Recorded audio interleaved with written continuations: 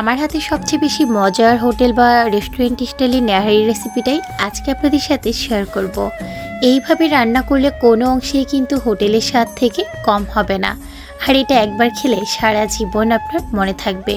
বিশেষ দুইটি উপকরণের কারণে এই রেসিপির স্বাদ কিন্তু সচরাচর সব নেহারি থেকে বেশি হয়। আশা করছি আমার আজকের রেসিপি ভালো লাগবে। তো নেহারি রান্না করার জন্য আমি এখানে গরুর পায়া বের করে নিয়েছি, আর এগুলো কিন্তু খুব ভালো করে এখন ক্লিন করে নিতে হবে। যেহেতু এগুলোর গায়ে প্রচুর ময়লা থাকে, তাই ভুটি দিয়ে এগুলোকে সুন্দর করে এখন ক্লিন করে নিচ্ছি। যাই হোক, তো সুমাইয়া এগুলো ক্লিন করে নিচ্ছে, আর এগুলো কিন্তু আমি সকালবেলা বের করেছি। যেহেতু নেহারিটা রাতে খাওয়ার জন্য রান্না করব, তাই সকাল থেকে এগুলো প্রসেসিংটা শুরু করছি। এগুলোকে ভালো করে আমি ভুটি দিয়ে এভাবে কেটে নিতে বলেছি। আর তারপরে এই যে দেখেন, বড় এক পাতিল ফুটন্ত গরম পানিতে এগুলো ভালো করে ধুয়ে আমি প্রায় আধা ঘন্টার মতো ভিজিয়ে রাখবো। এই গরম পানিতে ভিজিয়ে রাখলে নেহারি বা পায়ার মধ্যে যে রগগুলো থাকে, সেই রগের ভেতর থেকে দেখেন কিছুটা ব্লাডের মতো জমা হয়ে থাকে, সেগুলো বের হয়ে যাবে। আর যে ময়লাগুলো একান্ত উঠানো যায় না, সেগুলো কিন্তু খুব সহজে আপনি হাত দিয়ে ক্লিন করতে পারবেন। আধা ঘন্টা পর পানিটা যখন কিছুটা ঠান্ডা হয়ে গেছে, ঠিক তখনই আমি পায়াগুলোকে নিয়ে খুব ভালো করে ছোট ছোট ময়লাগুলো উঠিয়ে আবারও 7-8 ধোয়া দিয়ে নিব, যতক্ষণ পর্যন্ত না খুব ভালো করে এটা ক্লিন হচ্ছে। আর এইভাবে করে অবশ্যই পানিতে ভিজিয়ে রাখবেন, এতে করে ভেতরের যে ব্লাডগুলো জমা হয়ে থাকে রগের মধ্যে, সবগুলোই কিন্তু বের হয়ে পরিষ্কার হয়ে যায়। এই যে দেখেন, এগুলো এখন কতটা সুন্দর পরিষ্কার হয়েছে। তো এখানে আমি কিছু পেঁয়াজ একটা ছোট চপারে দিয়ে দিচ্ছি। পেঁয়াজটা মূলত ব্লেন্ড করে দেওয়ার ইচ্ছে ছিল, তো এই মুহূর্তে আমার ব্লেন্ড করতে একদমই ভালো লাগছিল না, তাই এই ছোট চপারে দিয়ে আমি এগুলোকে একদম মিহি কুচি করে নিয়েছি। এতে করে কিন্তু এই পেঁয়াজগুলো খুব তাড়াতাড়ি গলে যাবে এবং এটা ঝোলটা কিন্তু ঘন করবে। যাই হোক, আমি বেশ কিছু পেঁয়াজ এভাবে করে চপার মেশিন দিয়ে চপ করে নিয়েছি। এইবার আমি একে একে এর মধ্যে সব বাটা মশলা দিয়ে দিব। আমি প্রথমে দিয়ে দিচ্ছি রসুন বাটা। রসুন বাটা আমি এখানে দিয়েছি 3 টেবিল চামচ।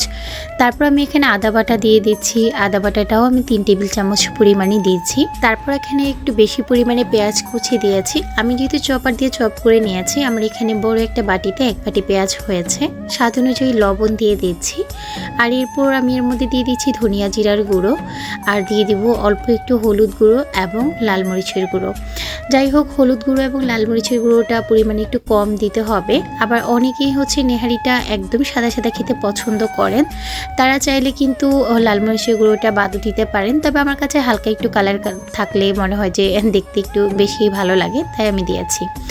এরপর আমি পরিমাণ মতো পানি দিয়ে দিয়েছি, আর পানিটা আমি এমন পরিমাণে দিব যাতে এটা আমি 6 থেকে 7 ঘন্টা পর্যন্ত জাল করব। একদম চুলার লো আছে ততক্ষণ পর্যন্ত পানিটা না শুকিয়ে যায়।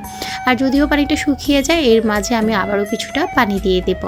টোটাল কথা হচ্ছে, এই সব কিছু দেওয়ার পর আমি কিন্তু গোটা মশলা দিয়ে দেব, যেমন এলাচ, দারচিনি থেকে শুরু করে মাংস রান্না যা যা গোটা মশলা লাগে সেগুলোও কিন্তু আমি এখানে দিয়ে দেব কিছুটা থেতো করে। আর তারপর একটা ঢাকনা দিয়ে আমি এটাকে ঢেকে একদম 7 থেকে 8 ঘন্টার মতো জাল করব।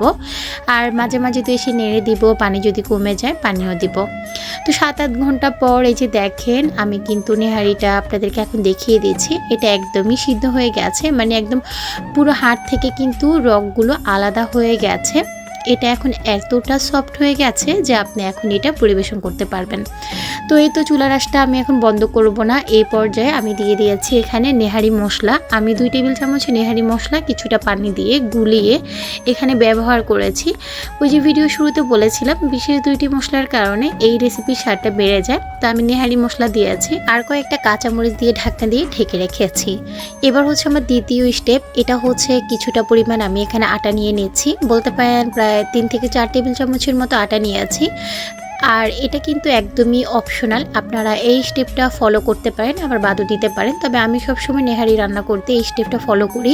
এই স্টেপটা ফলো করলে আমার কাছে মনে হয় হোটেল বা রেস্টুরেন্টে যে নেহারিগুলো পরিবেশন করে একদম হুবহু 100% ওদের স্বাদটাই পাওয়া যায়।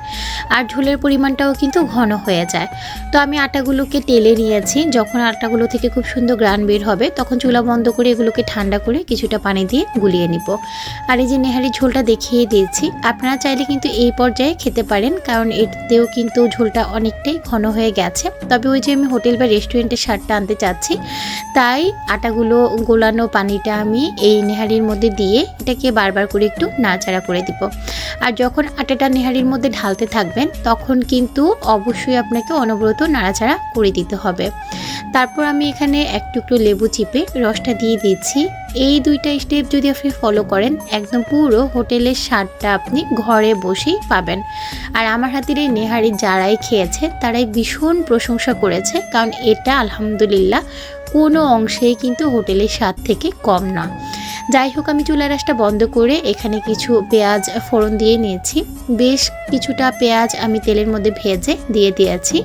এই ভাগাড়ের কারণে কিন্তু নেহারির স্বাদটা আরও দ্বিগুণ অংশে বেড়ে যায় এবং দেখতেও কিন্তু অনেকটাই সুন্দর লাগে। যাই হোক, এই সব কিছু দিয়ে আমি ঢাকনাটা দিয়ে দমে রাখবো এটাকে 10 মিনিট, আর এরই মাঝে এটা রেডি হয়ে যাবে। তো এই যে রাতের খাবারের জন্য আমরা নেহারিটা পরিবেশন করে দিয়েছি। আর নেহারির সাথে অবশ্যই নান বা পরোটা বা রুটি তো লাগেই, তাই আজকে আমরা রাতে নান রুটি দিয়ে হোটেল স্টাইলে এই নেহারিটা খাবো। সাথে বেশি করে শসা কেটে নিয়েছি, কারণ আমার কাছে আবার শসার সাথে নেহারি খেতে ভীষণ ভালো লাগে, মানে নেহারির সাথে শসা খেতে। যাই হোক, তো এখানে কিছু লেবুও কেটে নিয়েছি। এখন সবার থেকে বিদায় নিব। আর অবশ্যই কিন্তু আমার রেসিপি ভালো লাগলে শেয়ার করতে ভুলবেন না, ভিডিওতে লাইক দিতে ভুলবেন না। আজকের মতো তবে বিদায় নিচ্ছি। সবাই ভালো থাকবেন, সুস্থ থাকবেন। কেমন লেগেছে রেসিপি কমেন্ট করে জানাবেন। আল্লাহ হাফিজ।